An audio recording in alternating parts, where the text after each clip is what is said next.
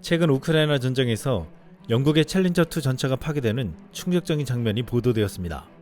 지난 5일 BBC 텔레그래프 등 영국 매체는 우크라이나 전쟁에 투입된 챌린저2 전차가 복구 불능 수준으로 파괴됐다고 국방 소식통을 인용해 보도했습니다.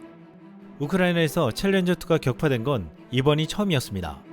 그만큼 충격과 파장이 커지고 있습니다.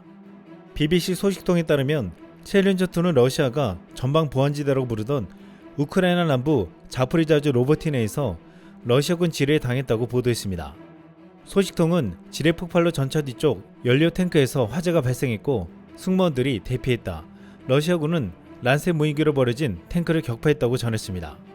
한 국내 네티즌은 영국이 망신당할까봐 최전방에 투입하지 말라고 그렇게 말했는데 기어코 끌고 나와서 대전차 미사일을 맞고 폭삭 주저앉았다고 말하기도 했습니다.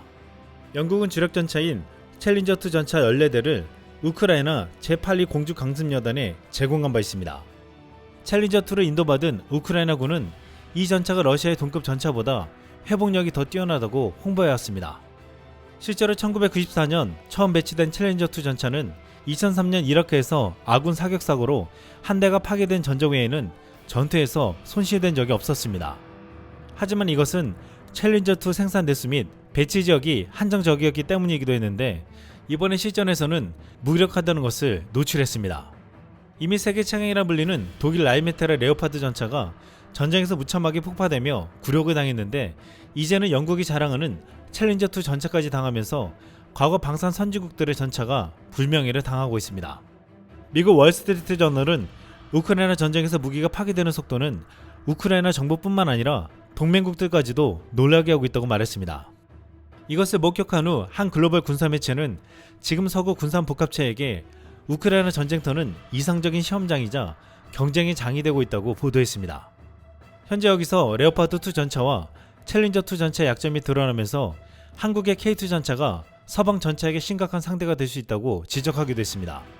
한국은 우크라이나에 치명적인 무기를 전달하진 않았지만 폴란드가 현재 28대를 보유하고 있기 때문에 이 전차들이 우크라이나 영토에 나타날 가능성도 배제되지 않는다고 말했습니다. 이 매체는 우회적으로 K2 전차의 위력에 대한 기대감을 나타냈습니다.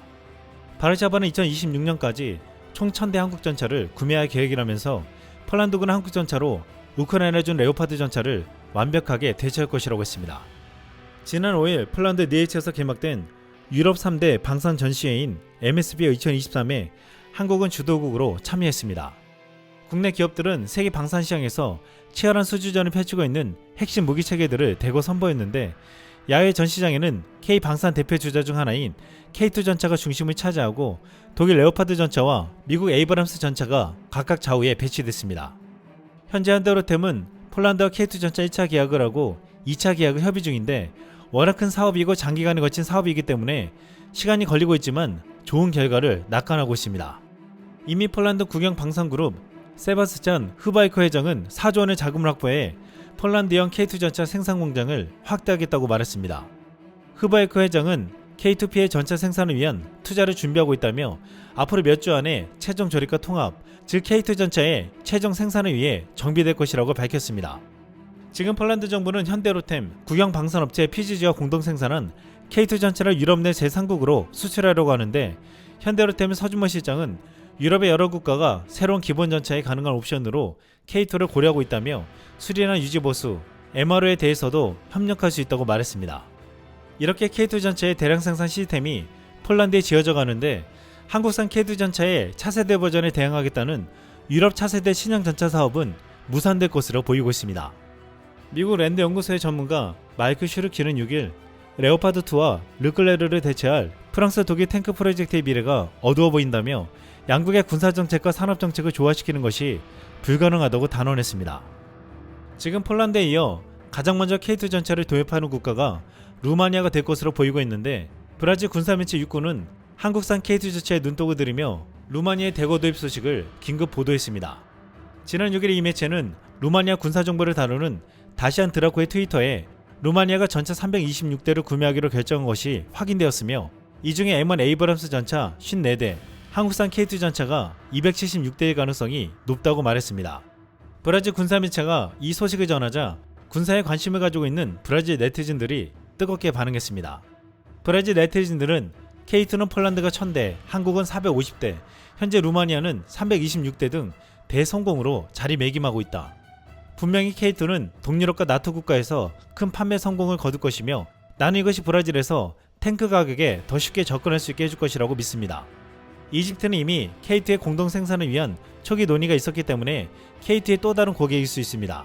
최근 이에 대한 소식이나 회담이 어떤 방향으로 진행되었는지에 대한 소식은 없지만 아마도 이집트가 장래에 이 탱크의 운영자가 될 것입니다. 라고 반응했습니다.